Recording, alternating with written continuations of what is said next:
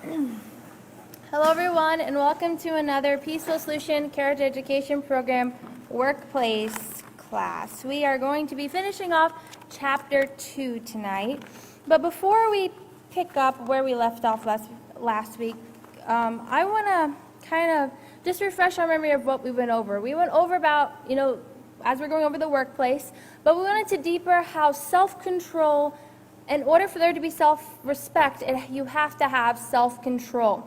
And I really encourage you, every time you hear self-control or respect, really remind yourself of what these mean, these traits, these character traits. These are what we want to develop. So in order for us to say, I am respectful, I have self-control, we have to know what they are.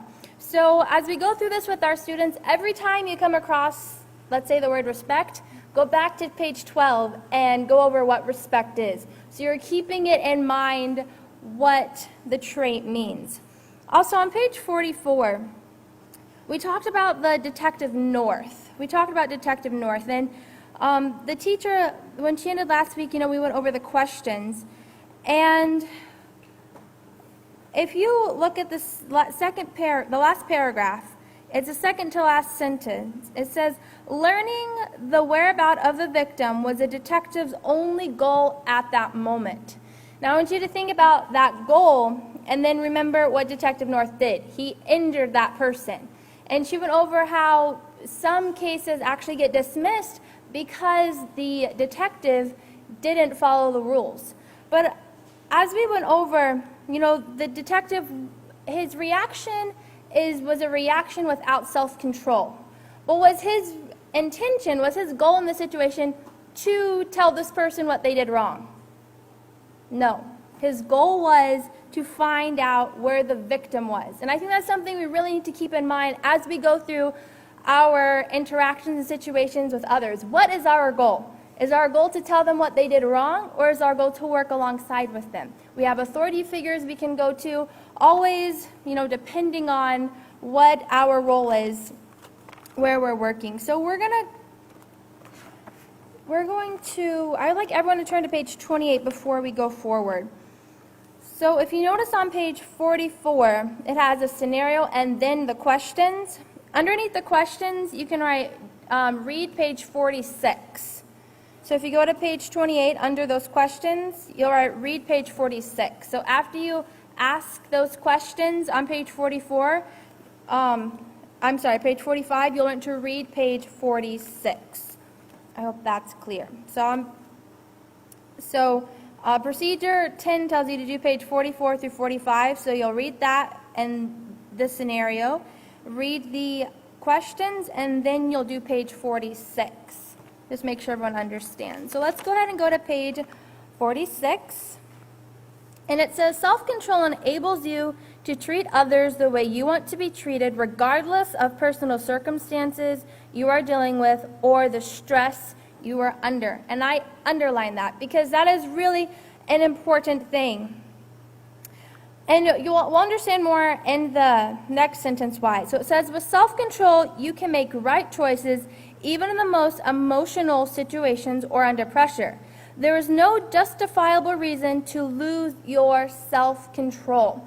Now, as we've been going through the workplace manual, how many of you have realized the concepts that we've been talking about, they have been right at your front door? And I'm going to share this. I thought about, I contemplated sharing this, but I'm just going to share it because we at the Peaceful Solution, we share how the Peaceful Solution works in our lives. So it was not even a day after. It was actually 3 hours after class last week. I was nicely confronted with a situation. I'd finished an assignment, and a person, came up to me, and they stated something. And the first point they stated, I guess you could say, is a trigger for me. It hit me really deep. And then, they, said you did well in this, but that I couldn't get my mind off of the first thing they said because it just really triggered me. And so, yes, maybe the way I responded, I was trying to be as kind as I could be, But I stepped back like 2 seconds later, and I was like, that wasn't kind. So I need to go back, and I need to, ask this person, what did you mean by that? How did you feel? Because I could tell from the way the person was talking to me that because I didn't do maybe one thing, it affected them. Even though their voice said, their words said they didn't, I could tell by their body language. So I wanted to ask them, some questions about it. And they explained, and it still didn't set well with me. But the whole point of the situation is, it kind of took over me for a second. And I had last class going through my head over and over and over. It's okay to take suggestions. It's okay. Look at the intent of what that person was doing. And that person even stated, I'm just saying this to help you in what you were doing. So I stepped back, and it didn't take me a couple hours. It took me the rest of the night, and actually took me the whole rest of the day. It was just going through my head, processing what was occurring. And I realized that I had focused so much on what that one person has said that I didn't realize the other points that they had said that could actually benefit me. It could actually help me. Everything else that anyone said that I did great about the assignment, that didn't matter to me at that moment because my mind was so focused on that one point. So I wanted to share that with you because we talk about self-control, and that person that gave me, that instruction or that suggestion, I had to continue to work with that person the whole next day. And so all that kept going through my mind was, even though you still feel hurt in this situation, your interactions will show your self-control. It will show your respect. Even though you're upset, you're not going to allow that to be expressed. Because what that person said, it was how I took it that actually hurt me. So I had to analyze myself and say, okay, this hurt a little bit deeper, but how can it actually build me instead of be a stumbling block in front of me? So I just really want you to keep that in mind as we go forward, is that there's going to be situations, but how are you going to use those situations to build you? Okay, so with self-control, you make right choices. And remember on page 11, it talks about what a moral choice is, something that doesn't hurt yourself, others, or the environment. Even in the most emotional situations or under pressure, there is no justifiable reason to lose your self-control. With self-control, you learn to maintain your integrity, which is internalizing all the positive character traits, safety, and the safety of others. Make a commitment to practice self-control so that the work environment can be pleasant and a productive place for all. So we want to make it a habit, and we can reference the character book, page 73, where we talked about what we value is what we imitate and is what we are ultimately going to practice. In the quote it says, with self-control, the work environment is productive and not competitive. So that means ready or eager to fight. So it shouldn't be a place where raise your hand if you want a home and your interactions with your family members to be very peaceful. Now, raise your hand if you spend more time at work than you do at home some days. Yes. So if you want a peaceful place at home, you should also want to have that same peaceful place at work. And I've heard some people say, I go to work to escape the problems at home. Well, I'd like to enlighten you on some things. That doesn't always work, especially for those who own a family business. Because if you don't have things going on well at home, it's going to carry on to work, and those interactions are going to, bleed over into the same thing. So we should, in every situation, there's going to be different people. There's going to be different situations. But always, and no matter what situation, maintain your control. We emphasize this so much, but it's because it is the foundation of how we can be the best people, is by understanding that we have the power to control ourselves. We have the power to do our best, no matter what the circumstances are. Okay, so we're going to go ahead and go to page 28. We've completed procedure 10, and we're going to read procedure 11. Procedure 11 on page 28. It says, conclude the lesson by reviewing the STOP acronym, and that's found on page 34 and 35. Have students share what they learned in class and ways in which they could put this information to work in their lives. Encourage students to practice controlling their thoughts in order to make right choices in the work environment and their personal lives. So even though we're going to re-reference it, let's go ahead and turn to page 34 and 35 real quick, just so we can remind ourselves of what the STOP acronym is. So the STOP acronym on page 34 is, it starts by saying, to control negative thoughts, you have to stop. Stop, think, options, and proceed with the right choice. And on page 35, it says, change the negative thoughts to positive ones. Point number 1, take a moment to analyze what you are thinking. Number 2, narrow down those thoughts. And it goes over to page 36. Number 3, give yourself a break. Number 4, negate the negative. And the bold at the bottom says, changing negative thoughts to positive ones won't be easy at first, but it can be done. It takes determination, practice, practice, practice. And one thing that we've really been over in this class is to make the right choice no matter if the people around you are not. So we've all heard the excuse, because that person is doing that, I can do it, right? But how often do we hear, because that person reached high for the goal, I can reach high for that goal too? Do we do that? No, we say that person reached it, oh, I can't possibly do that. So why don't we change that mindset? I can reach high because that person, inspired me to, because I can. I keep the rules, I do what's required of me because I can. That goes back to the power to control you. So let's go ahead and turn to page 47. We have completed chapter 2. And it would be a great time for you to go over with you students, as procedure 11 said, go over what they've learned, how they've changed, how it's actually benefited their workplace. And when you get that feedback from the students, you'll be able to see what you might want to better reinforce in the next chapter as well. So page 47, it's chapter 3, mine, yours, and theirs, ownership in the workplace. Now, in the younger concepts of the peaceful solution, like the younger grades, ownership is the first thing that we teach. In early learning, we have a picture of a girl with a teddy bear, which shows that she owns the teddy bear. We go over that. In grades 1 through 5, we go over what ownership is. We have the 5 concepts: ownership, asking, self-control, respect, and I mix them up with the intermediate series. We have ownership, respect, asking, self-control, honesty, and do not steal. Those are the concepts that we teach in the younger level. Now, one thing that you will see is that the content of the peaceful solution from the younger grades to now doesn't change. It just advances. It shows you what responsibility you have. So if you've been able to take those the younger courses, or you have children, you've been able to teach them, these concepts might be familiar to you.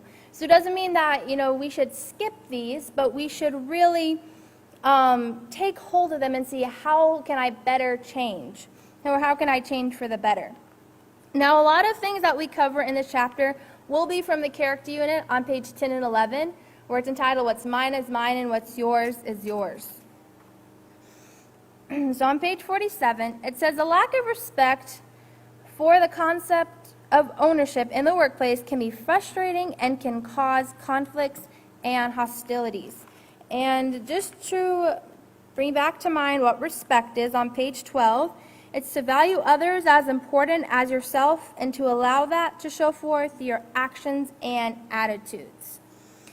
So a lack of that respect and value for people and their possessions, it can cause conflicts and hostilities in the workplace. And this is something we want to avoid because, number one, it can slow productivity down. But number two, it shows you that you don't value or care about that person. And we also went over that how you treat others is normally a reflection of how you treat yourself. In this chapter, you will learn that ownership is the right to have possessions and to make decisions about what we own. You will also learn that how we treat our possessions and the possessions of others says a lot about our character and personality. And a thing that we really want to keep in mind is whenever we're explaining this to our students, there are times in the workplace where you are not to be, let's say you have an office job and you are on the computer a lot. That computer is for you to do your job, not for you when you are, you are bored of your work to go window shopping. Okay, that's stealing. That's not respecting the rights of ownership, just like your phone. So if you are given a responsibility to do something, when you keep to those rules, when you do what is obligated of you, that is respecting the rights of ownership. That is respecting your supervisor. Going on, it says, we currently live in a world where the rights of ownership are routinely violated. They're routinely violated. And this is through,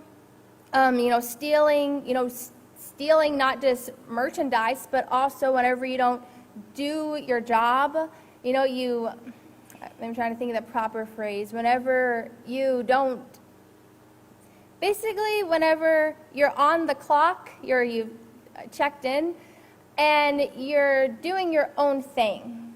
You might as well just not come into work because you're stealing. You're stealing from your employer, your supervisor. But I wanted to take a different look at this for just a second because we're talking about the workplace. And if you think about what it goes into making a business, there are some things that we have to keep in mind. And a few of those things would be copyright, trademarks, and patents. And so I want to go over what these are. So a copyright is for like a book, a photo, or a recording. And it's when you create an original, but you put a copyright on it because it better protects it, and you register this with the government. A trademark prevents the confusion between your merchandise and the merchandise of other brands. So you go to the government and you register your name, your brand, your logo, and this also gives you additional rights nationwide. Now, patents is an innovation. So like, let's say a book. If you have a book that has a spiral, you can have a design patent where only you can make that book that has the spiral because that is your patent. It belongs to you. Now, also a design patent with, there can be a pending patent. And a pending patent is whenever you haven't finalized your design, but you want to make sure that you are going to have the patent. So that lasts for a year. But one thing when I was researching about patents is it's not who first created the patent that it belongs to. It's who first goes to the government and says, this is my idea and my design. And that really brought me back to a news report I heard a while ago where this person named their child a beautiful name because they said, this is going to be the best business name ever. The thing is, when they had their child and they went to trademark the name, someone else already had that name for their business. So what did they do? They went to court for it. And they actually stated because of their status, they thought they would win the battle. But someone already owned that, and they didn't win the battle. So a lot of times, respecting the rights of ownership is, asking before touching things, but it also goes bigger. The names of businesses, the design of something. If someone already has it, that's a part of respecting that right of ownership. So that's just really something to keep in mind, and I thought would be interesting to bring up because that's where a right of ownership is violated. It can be violated from the beginning start of a business. But in the business, people not accepting the decisions of their belongings, people not paying for what they ordered, or graffiti. And I started to think about this within my work area because my family owns a family business and it's furniture, which means I am taking care of other people's possessions. And yesterday I was taking apart a piece of furniture, and I know that might be like, what is taking apart a piece of furniture? To simplify it, you take all the fabric and every staple that is in it out. And when you kindly do that, you are showing respect to the upholsterer so they don't, rip their fingers or things on the staples. But I thought of the rights of ownership because I was taking apart a piece of furniture and here's the wood and here's the fabric. Now, when you take apart of a piece of furniture, you have to be careful because if you're not careful, when you pull the staple out, you'll break the wood. So I can do it carelessly and to say they can touch it up, or I can go forward with it and be as careful as I can and respect that person who owns that piece of furniture. It goes back to the simplest things. Am I going to put something back where it goes? If I break something, am I going to tell the authority that I broke it? Even though it is very uncomfortable. It might be like, I really don't want to tell them. But that's actually how you earn trust, is when you say, hey, I broke this. Even if it was you touched the wrong button, maybe you shouldn't have touched that. Well, that's a lesson learned for you, because now you know not to touch the things if you don't know how to use it. So this all goes into the rights of ownership. Think about the emphasis we put on guarding and protecting our belongings. Locks, bolts, guard dogs, alarm systems, security guards, and the list goes on and on. Although we take great precautions with our possessions in our non-work environment, in the workplace we are often surprisingly lax about our personal belongings. And lax means not strict or careless. So we become, lax about our personal belongings. Employees often leave their belongings unguarded as they attend to their duties, expecting that their coworkers will respect their possessions. When our belongings are tampered with, stolen, or destroyed, it can cause us to feel betrayed, angry, and distrustful. A typical work week averages approximately 40 hours or more.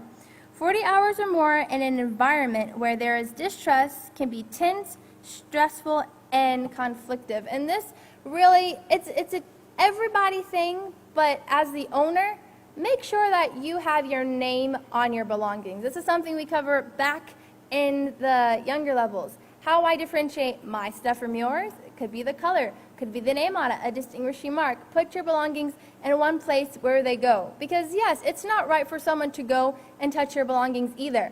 But it's also the owner's responsibility to take care of their belongings. Put them where they go. The simple solution to this ongoing problem is to instruct, motivate, and encourage employees to respect the belongings of others and to ask for and receive permission to touch, use, or borrow their coworkers' possessions. So the simple solution is to educate someone. Say, not everything belongs to you. And just like we talked about not carefully thinking about your thoughts, feelings, and actions might not be something that the people in the workplace are aware of, the workers are aware of, ownership might not be something either. Because there's always a mixed concept, when you're younger that, you have to share everything. It's not kind if you share. To a point, that is true. But when it is my belongings, I have a right to say if you can or you cannot touch it. And that might be offensive to some people because you might think, you're rejecting me. You don't want me to be around you. No, I just want you to respect me. I'm just setting these boundaries. These boundaries, you will not touch me, you will not touch my belongings unless you've asked me and I have given you that permission. Every employee should also learn not to carelessly leave a purse or wallet open or freely discuss personal items they have with them. This is not demonstrating responsibility toward one's belongings. And this just brought back a memory of a time when our store text line was sitting on a desk. And the next day we couldn't find it. And so we called it. And someone, and I believe it was a nursing home, answered the phone. And they said that someone, just dropped it off to them. And so when we went back, we realized that we didn't put it where it should go. It shouldn't have been where the customers were. It should have been on the other side of the desk where we were. So from then we learned to always make sure or try to make sure we put the things where they go. Because we might be a trusting people. We might think, everyone, in my community, people are trusting. Everyone tries to ask. Everyone tries to be respectful to other people and ask. But these concepts are not common concepts to a lot of people. And this is what the Peaceful Solution really wants to instill in the workplace manual, is that these can become common. Asking before you touch something can be a part of your behavior. And another thing to keep in mind when it comes to the rights of ownership is that it is stealing if you have touched a belonging without permission. Have you ever heard someone say, I'm just borrowing it? Okay, well, you're a thief, because to borrow means you have the owner's permission. So if you don't have that permission and you're touching it, you are stealing. If you want to point something out to someone, get their attention, ask them. That permission is so important. And as we go forward, we're going to see that it plays a role in every aspect of our workplace. Every aspect. Asking before you use something. Asking before, you let someone know something. In the state that society is now, you have to be very careful about the products you use in your store. And this is why. Because if you're careless about your products, about the things that you use to, help your business, you might not be able to have a business for very long. And this is why, because of COVID, things have been put back months. We have customers that have ordered fabric, and we won't get their fabric for 6 months. We had to wait for a foam for 2 months. And so it was like, oh dear, how are we supposed to make cushions? How are we supposed to get things moving along? And then you realize to become a bit more careful. Do I need to cut that much foam? Do I need to cut that much fabric? How can I conserve? And I stepped back and I thought, no matter what circumstances, I should always be this careful, because everything costs money. If you are an owner of something, you want to make sure that everyone is so careful with that, because you have seen every step to how that money was made. It doesn't matter if it's your business or if you are working, helping someone. Treat that as if it is your own. Take care of that, because whether you have seen it from the beginning or not, you have been privileged to be able to help. So help by showing that you care, by picking up a pen. Don't take things from a workplace. Don't use anything unless you have permission to use it. So we're going to go to page 49. Page 49, and it's entitled Chapter 3, Lesson Plan Topic, Mine, Yours, and Theirs, Ownership in the Workplace.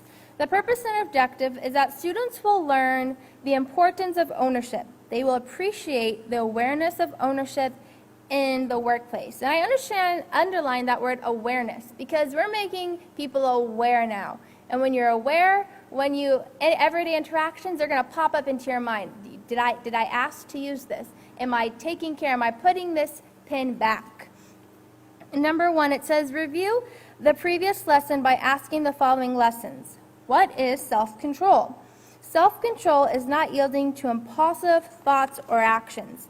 And you can reference page 23. Page 23. We learned about what self-control is. The second line, self-control means not yielding to impulsive thoughts and actions. The ability to stop, think, and then proceed on to acquire and demonstrate at all times. And also page 30, we also went over what self-control is. So with this, I thank you for your participation or your attention, and I'm going to turn it over to a video. Please pay close attention. I'm San Diego County Sheriff Bill Gore. What you're about to see is traumatic body-worn camera footage involving one of our deputies who was exposed to fentanyl during his patrol shift. You're okay. Don't be sorry. There's nothing to be sorry about. I got you, okay? I'm not going to let you die. I'm not going to let you die. It's okay. Just focus on your breathing, okay? Focus on it. I need Narcan! I'm Corporal Scott Crane from the San Diego County Sheriff's Department. My trainee was exposed to fentanyl and nearly died. It was our first radio call of the day, and this was Deputy Five Eyes' radio call. He found a white substance that he suspected was drugs. It's a powder. It could be cocaine or fentanyl. It tested positive for fentanyl. That stuff's no joke, dude. It's super dangerous. I was like, hey, dude, too close. You can't get that close to it. A couple seconds later, he took some steps back and he collapsed. I ran over to him and I grabbed him, and he was OD'ing. And I went to my trunk, grabbed the Narcan, came down to him, grabbed him, and I did one nasal spray in one nostril, opened the other one, another nasal spray in the other one. I remember just not feeling right, and then I fall back, and I don't remember anything after that. Just breathe, buddy. Trying to get him to focus on just breathing, and because that fentanyl, you can't breathe. It was in an instant. It's as though my lungs just locked up. I couldn't breathe. I was trying to gasp for breath, but I couldn't breathe at all. Five, are you okay? Talk to me. Oh, no. Don't be sorry. You're okay. Don't be sorry. There's nothing to be sorry about. I got you, okay? I'm not gonna let you die. I need Narcan! I got you. I'm trying to not let him go. I wanted him to know he wasn't alone. It's an invisible killer. He would have died in that parking lot if he was alone. Fire department got there, put him on the gurney, his eyes rolled back in his head, and he started to OD again. And he was ODing the whole way to the hospital. I don't think people realize the severity of just how deadly it really is. I'm Deputy David Five-Eye, and I almost died of fentanyl overdose. One of the greatest threats we currently face is a synthetic opioid fentanyl, which is 50 times more potent than heroin. Fentanyl overdoses are on the rise throughout our county.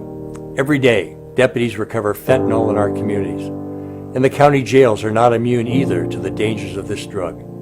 Every week, sheriff's deputies intercept fentanyl entering our facilities.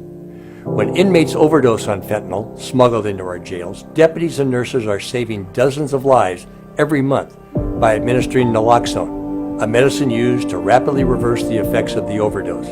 Fentanyl deaths in California have increased almost 46% in just the last year. Being exposed to just a few small grains of fentanyl could have deadly consequences.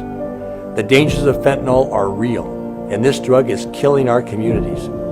Please take the time to share this video. It might save the life of your son, daughter, friend, or a loved one.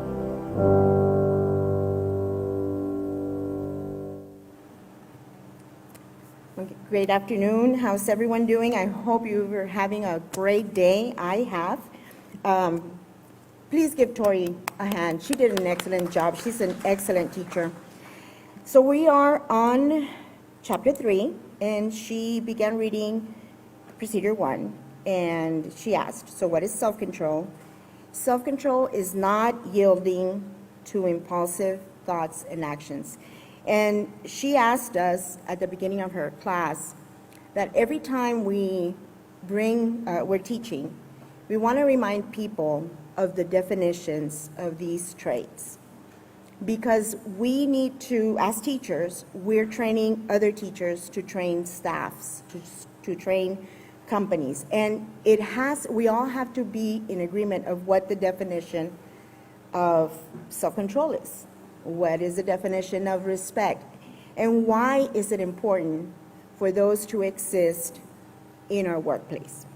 So before I continue with the procedures, the reason I wanted to share this video was because I have several points that I believe are very important for us as teachers to have. Okay, so this man, if you heard, the officer, the deputy sheriff that collapsed, was being trained, right? The other man that gave him the breathalyzers or the inhalers, he was the trainer. Okay, so I want you to think you're the trainer, same situation, you're the trainer. Can you imagine the amount of responsibility that trainer must have felt at the very moment when he sees his partner collapse? Now, the reason I'm bringing this is because last class I mentioned that we don't often see our workplace as a matter or death kind of situation. We don't think that, oh, well, if I don't do my job, nobody's going to die, right? And the problem with us not thinking that our workplace, that the decisions we do make at our workplace can be life or death, is for this very reason. When we're training somebody, we have to be very thorough, and we have to explain. We might even have to say why we do it a certain way, okay? If we're being trained, we need to learn to ask questions, okay? Respectfully, because we don't want to come across in a workplace where we're questioning the instructions given to us. So there's always a way to say things respectfully where we can ask and not be thought of as being confrontational or rebellious.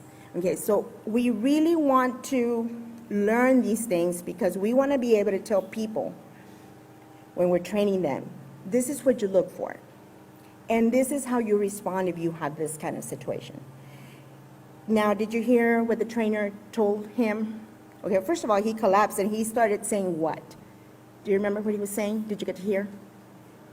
He said, I'm sorry. He kept saying, I'm sorry, right? And he says, there's nothing to be sorry about. So during that interaction, you can see the care that that trainer had for this man he was training. And that amount of respect and care and concern should be with us for a coworker at all times. At all times. Now, the reason that I'm saying this is because when we're training people and saying how important respect is, we need to be able to give scenarios, give situations, so they can truly grasp what the peaceful solution means when we say respect needs to exist in your workplace. So that amount of caring and concern should be in every workplace, everywhere. And sometimes, personality is a big part of who we are, right? And so we could have a personality conflict with someone else. However, if we are all striving in our workplace to be respectful, it won't matter that we're not possibly friends after work. But in the workplace, our goal, ours and the other people, our coworkers, is the same. And that is whatever company we work for, we want to be productive.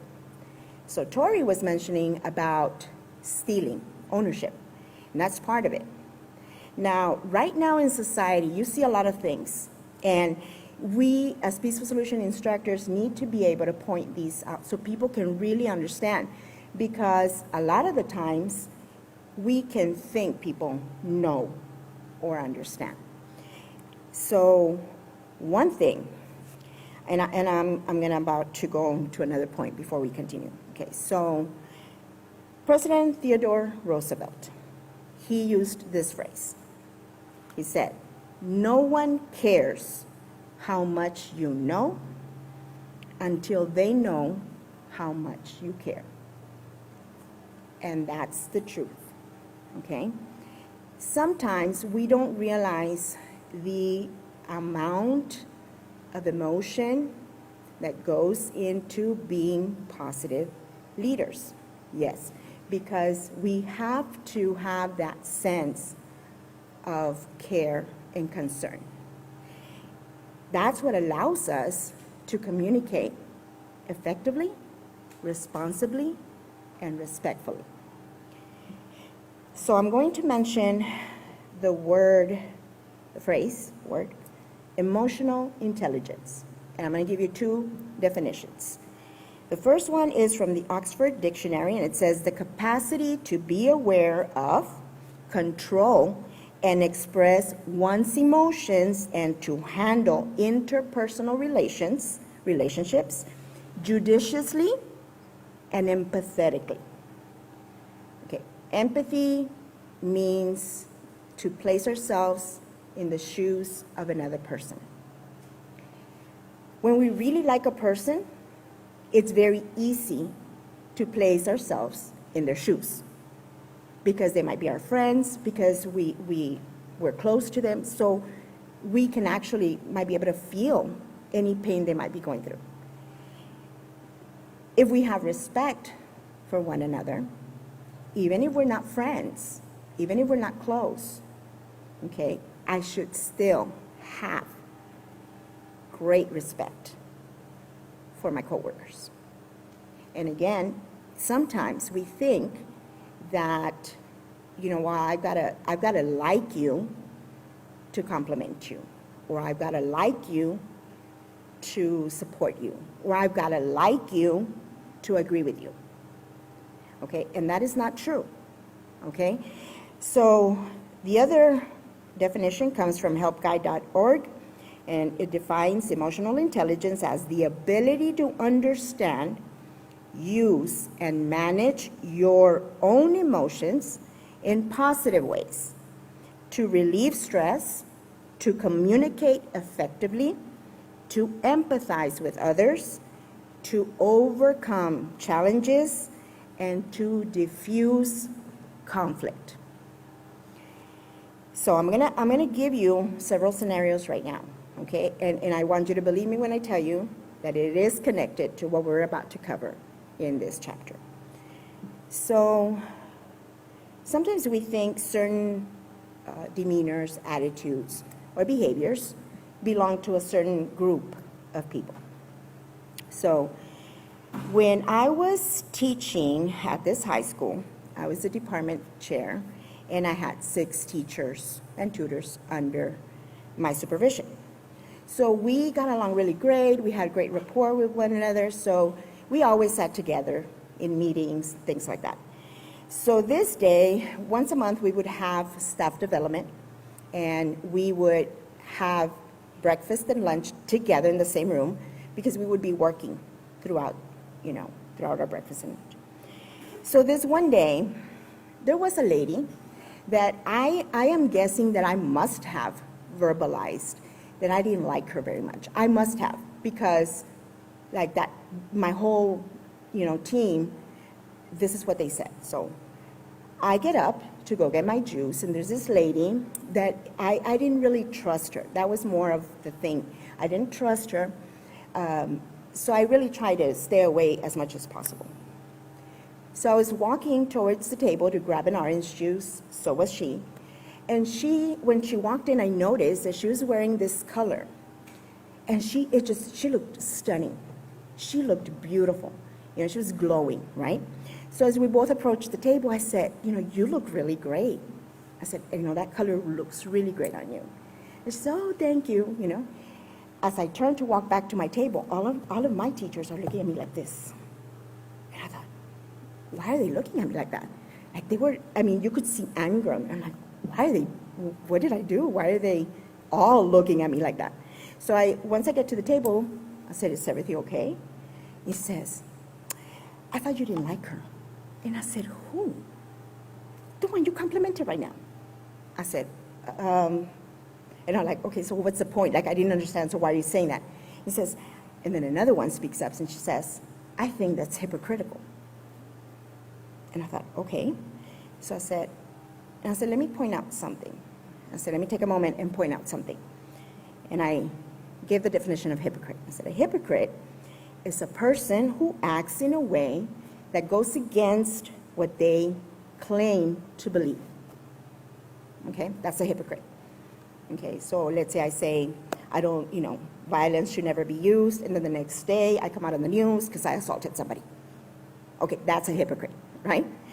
So I said, I don't understand how you relate or call me a hypocrite because I complimented the way somebody looked. I said, she looks beautiful. I said, that's just an objective, statement. So when I realized, and I made the connection immediately, and I said, this is a great time to ask all of you, so what do you teach in your classroom? When you're standing before your students, I told them, so is that what you teach? That if you don't like somebody, you don't talk to them? That if you don't like somebody, you disrespect them? That if you don't like somebody, you don't help them? Is that what we're teaching in our classrooms? And then all of them realized, I said, we teach students all the time. We were teaching high school. We teach them all the time that they don't have to be friends to get along. As long as we show respect, everything will be okay. So now the thing that I was thinking was like, so sometimes it might be that we don't make that connection. We don't realize that we're behaving the very way we're trying to teach other people not to behave. Because we're so used to certain things, okay? Or because we possibly believe what they were calling me. That because if you don't like somebody, then you don't respect them, you don't compliment them. And I said, I really don't understand how you can connect those two. I said, but you know what? It was a great teachable moment. I hope that you all understand. I said, because I don't believe I did anything wrong. And I said, I didn't, violate anybody's confidence. I didn't, and I said, and I've never, that I can remember, and I said, I've never talked about the lady. But it was a teachable moment to me to realize, well, why did they assume that I didn't like the lady? I must have said something at one point. So that was great for me to understand that sometimes I might be giving off some vibes that I'm not aware of. And so I started trying to be more mindful of my demeanor and my attitude.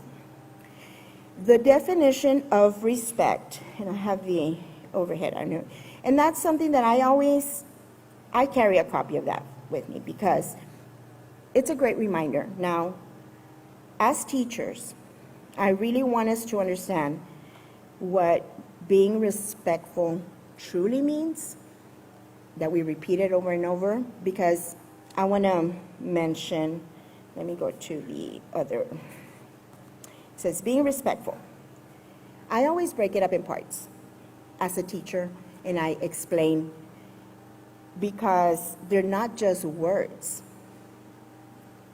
If I'm going to point out to somebody, I felt disrespected, I should be able to explain why I feel disrespected, because that's the only way that I can also self-analyze if I'm being disrespectful to someone else. So it says to value others as important as yourself. It doesn't mean for us to be arrogant and believe that we're better than anybody, but we should recognize that our life has value, because that's what we're teaching everybody, that anyone's life is valuable. Now, a lot of people do not make the connection that they use drugs, they're not valuing themselves. They do harmful, risky behaviors, they're not respecting themselves. They don't make that connection. And I tell them, and I said, so if you truly believed that you're important and that your life has purpose and that you are valuable, are you going to do anything that's going to hurt you? The answer would be no. So you see how we can use the word, but if we're not truly taking in the meaning and we're not teaching that meaning to somebody else, then that is why there's confusion, and that's why sometimes there's those disagreements. I don't have to agree with you to respect you. I can say, well, I'm not in agreement, and possibly state my reason why I'm not in agreement, but there's no need to ever bring someone down, to insult people. And there's many ways we can insult. I also want us to, as teachers, teach that attitude can show aggression, and attitude can show disrespect. Sometimes we don't have to say a thing to show disrespect to someone. And we want to remember these things because how we act and how we conduct ourselves is telling the other people that that's acceptable. Whether we believe it or not, whether we realize it or not, that's exactly what's taking place.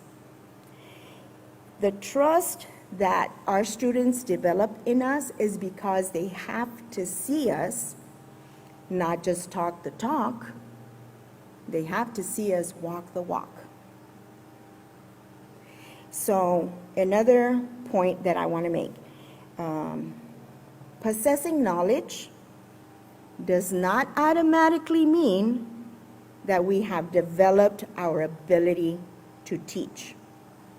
And I don't mean that in any negative way other than I want us to all realize we all have the potential and the ability to teach. We all have it.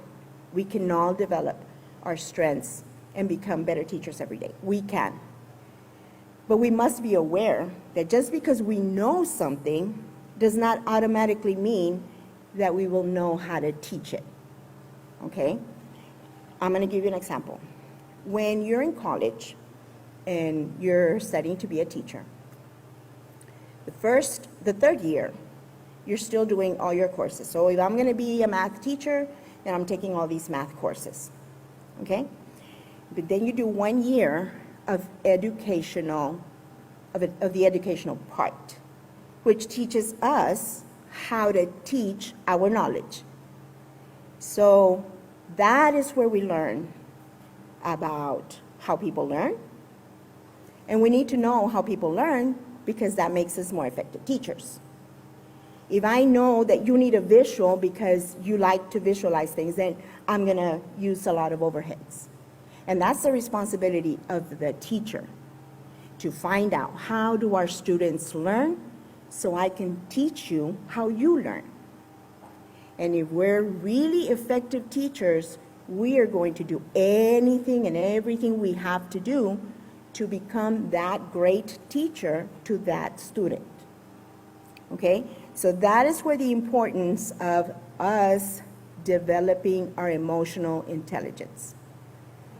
Because there is that truth that if you believe that I care, you're more readily to accept my teaching, my message. Sometimes we don't realize, and here's a question I'm going to ask you. So how do I show I care?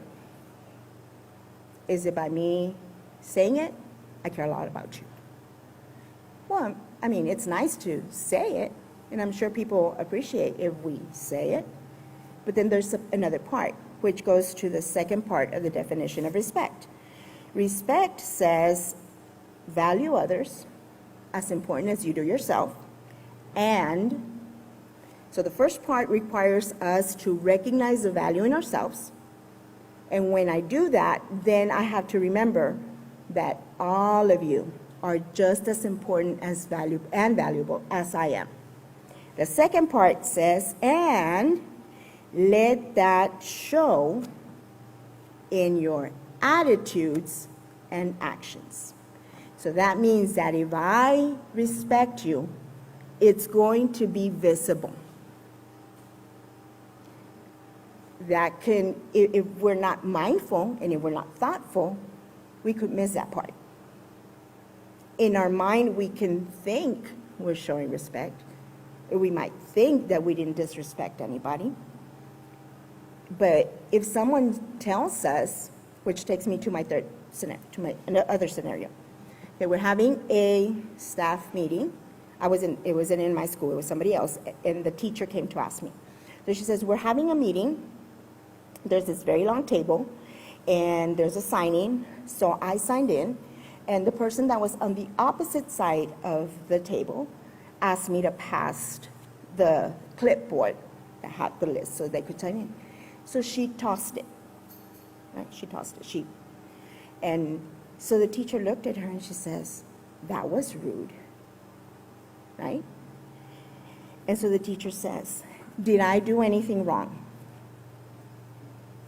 So here, as peaceful solution instructors, we need to be ready to answer that question, right? Because you're going to have people that are going to pose scenarios to you. And they're going to ask you, so did I do okay? Or did I do something wrong? So here's where peaceful solution instructors, we have to know how to answer those questions. I said, okay, so I said, are you concerned if you did something wrong? Or are you concerned with appeasing that coworker? Which one is more important to you? That I say you're correct, or that your coworker hears your apology and feels respected again? Which one's more important? Now, sometimes we can want to be right a little higher than we have the care and concern for the person that is telling me that she felt disrespected. So I told her, and I said, so here's what the peaceful solution says. To be a peacemaker, to be considered a peacemaker, that means that you want peace and you will do anything and everything you have to do, morally of course, to keep the peace. So to me, I told her, if someone says, oh, that was rude, this is all we have to say. I am really sorry. I didn't mean to disrespect you. I just wanted the clipboard to reach you. Please forgive me. Very simple. But if she was more, and I said, well, so what did you tell her? I didn't say anything because I didn't do anything wrong. Okay. So she didn't apologize to the teacher that felt disrespected. So is that something that a peacemaker would be concerned about? Was I right? Now, don't get me wrong, we all want to be right? We don't feel that great when they tell us we were wrong. It feels a little uncomfortable sometimes. But again, that's pride. Because if I'm humble, that's all it's going to take for my coworker to say, I felt hurt when you said that. And that's all she should need to say for me to say, I'm very sorry. I didn't mean to disrespect you and I didn't mean to hurt you. And that goes back to that level of respect, care, and concern that we saw in that video. Because we don't know what our coworkers might be going through, and we don't need to. It's not our business. We're talking about our workplace, so we've got to know our boundaries. But I should not need to know what you're going through to be kind to you, to be compassionate. Now, a lot of people think, I want to make another point. A lot of people think that, okay, so correction, if we do something wrong in our workplace and we get called out on it, right? We should be glad somebody's pointing out something that we did wrong because, again, we need to have that level of concern. I don't want for something that I didn't do right or something that I failed to do to cause stress to someone else. I should never want that. Whether we're supervisors or just coworkers, we should never want hurt to come upon our coworkers. Whether we're friends after work or not, we should want every coworker to always be okay. And if I have to apologize, I should be willing to. It should not cause me any struggle to say to somebody, please forgive me. I did not mean to hurt you. It should be very easy, and the more we learn to do that, the easier it will get. We really, as peacemakers, and that's something that you need to teach other teachers, because I guarantee you that that's probably the number one thing any supervisor will tell you when you're training them in the peaceful solution. But what if they did something wrong? well, correct them. But there's always a respectful way to correct, which is what we're teaching our supervisors. We're teaching how to supervise and manage respectfully. Now, remember that their job, it doesn't matter what company you work for or what your company does, every supervisor has to answer to somebody. Every supervisor. So you have to remember that, because you want your employees to recognize, I could mess up and my supervisor might call me on it, but I assure you that my supervisor's already taken in and had to answer for me. I guarantee you that, because that's the way it is. So we also have to be, if I care enough and have enough respect for my supervisor, I am going to do everything in my power to do things to the best of my ability so that I don't cause any hurt or concern, and I will accept the instruction of my supervisor. So we're also teaching that to coworkers, okay? The better attitude we have, the easier a supervisor's job is. So thank you so much for coming to class, and we'll see you next week.